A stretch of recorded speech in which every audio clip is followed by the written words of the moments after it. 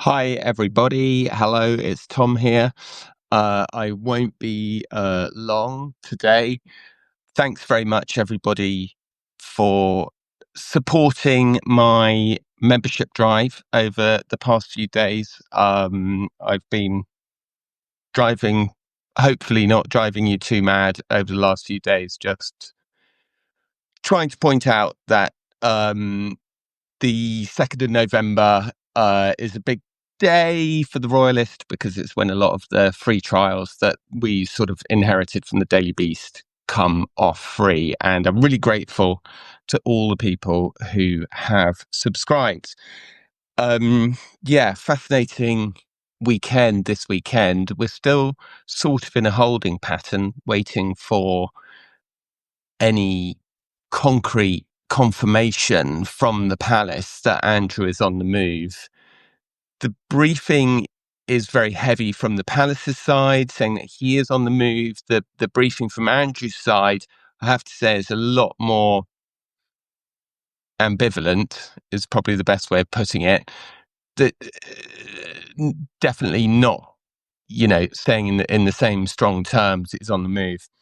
But the palace's side definitely saying that he is. And then I'm just really horrified by the story today in the Sunday Times, in which the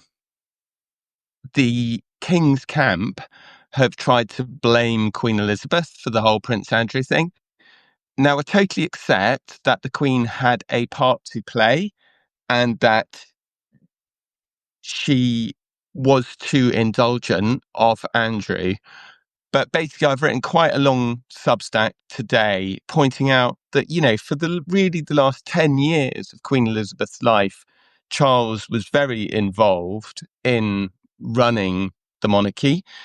And really from 2017 onwards, so that would be the last 5 years of the Queen's life, most of the decisions were going through him. He got rid of Christopher Geit, supported, ironically enough, by Prince Andrew.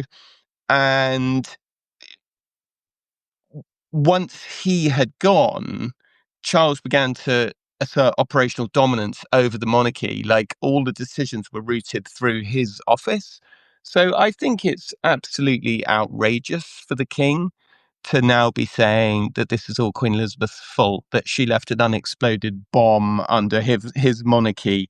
And, that is what they're saying. It seems to me that Queen Elizabeth has quite a lot to answer for. It's as if she left an unexploded bomb for Charles. I think it's really evidence of how deep the panic and the fear is in the palace, how fractured the decision making is there, how set against each other the factions in the palace are. And I think it feels to me very, very gaslighty. And what I mean by that is that, as I was saying, Charles had operational control over the direction of the monarchy after Christopher Geit was ousted in 2017. He was the architect of the deal that got rid of Andrew in 2020, stripping him of the HRH. He was heavily involved in the 2022 payoff.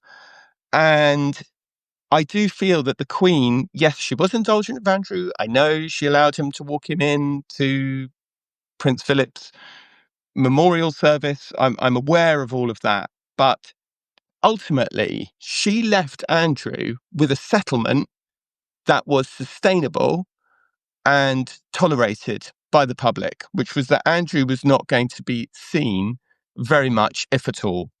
That was how it was left, frankly, when she died in September 2022. Immediately that she died, Charles was the one who, in his anxiety to be seen as the great healer and Charles the convener and Charles the generous and Charles the merciful, immediately started to rehabilitate Andrew, beginning with the funeral itself, when, in my opinion, very unwisely, Andrew was given major ceremonial role. I think he should have been given perfectly plenty of private opportunity to pay tribute to his mother. But I thought it was a mistake to give him a very public ceremonial role, because this is a man who's implicated in the biggest sex trafficking scandal of our era. That is the reality. He was very highly implicated in it.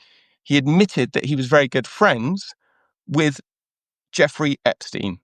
And that is just undeniable and uncontestable. Even by that stage, obviously, Virginia Giuffre hadn't taken her own life, which she now has. As a result, I think it's fairly unarguable of the trauma that she suffered being trafficked and raped by Jeffrey Epstein and his pals.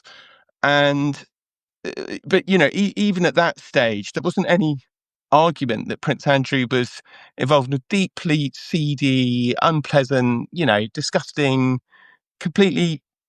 So God knows why Charles decided to bring him back. So began at the funeral, Christmas 2022.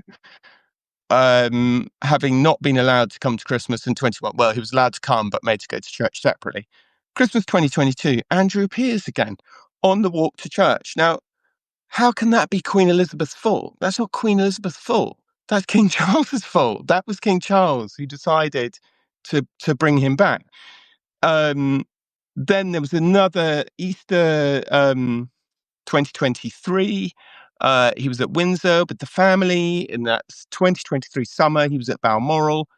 Christmas 2023, Charles decides to invite not just Andrew, but also Sarah Ferguson. Unbelievable, in my opinion. Absolutely unbelievable. And a complete, how is this the Queen's fault? How is this the Queen's fault that Andrew has been brought back into the fold? To attempt to blame a woman who's been dead for 3 years for his own missteps, I just find disgraceful. In January 2024, the King ordered William to drive Andrew to church.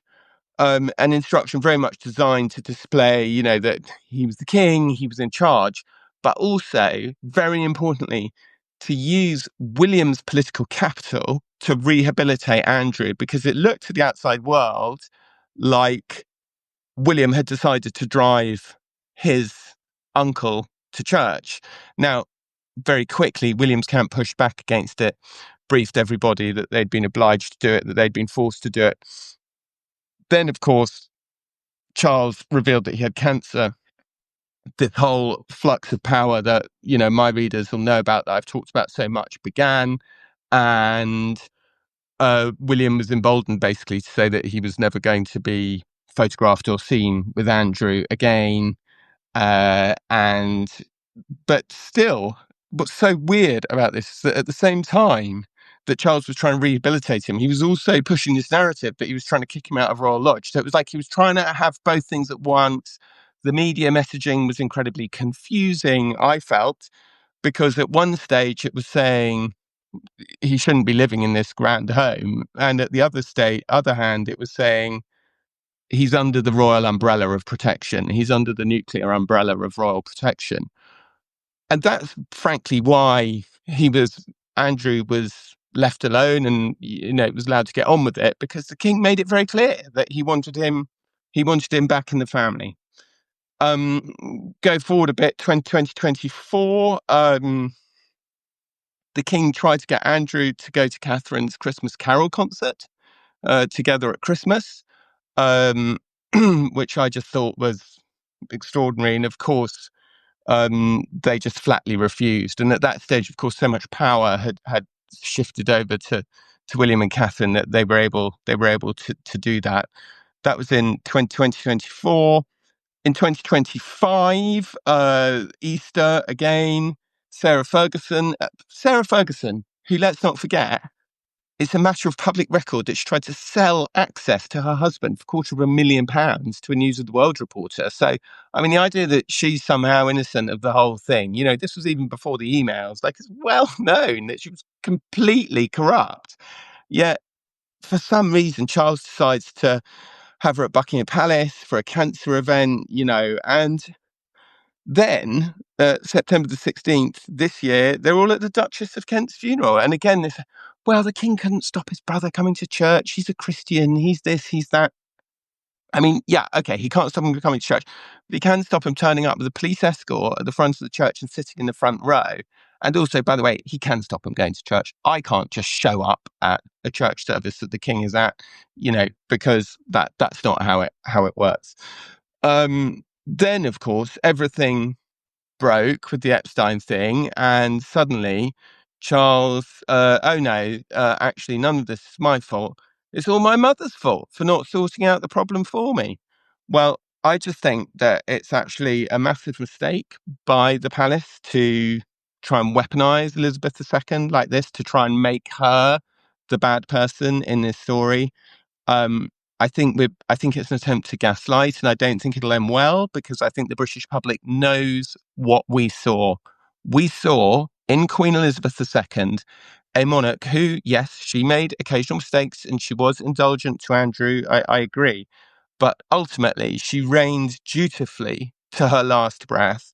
And a son who, since inheriting the crown, has turned the smooth ordered, the well oiled machine into a complete mess, hosting parties for shamanic healers at Highgrove, completely chaotic messaging, um, absolute collapse in discipline. Harry back in the fold, Andrew back in the fold, everybody out of the fold, in of the fold, out of the fold. The courtiers running the show, briefing what they want. The Queen did not cause the Andrew crisis. Andrew caused the Andrew crisis. The Queen tried to contain it uh, under Charles's guidance, because it was a co-monarchy for the last 5 years of her life. And the king, with his vanity, his need to please, and his confusion of mercy with weakness, reignited it by trying to bring Andrew back into the fold. That is my considered opinion. I'm sorry, this is quite a going to be quite a quick one, because I'm actually staying with friends and I'm expected somewhere else. So that's kind of it from me for today. I just really wanted to come on, just say thank you so much to everybody who has signed up for a paid subscription. We're doing a kind of, and as I said in one of my posts, I really apologize if I sound like NPR used to sound when I lived in New York in the early 2000s, and every 2 minutes there would be an appeal for your money and to tell you how important it was. I'm afraid it is going to be a bit like that on the on the Royalist this week.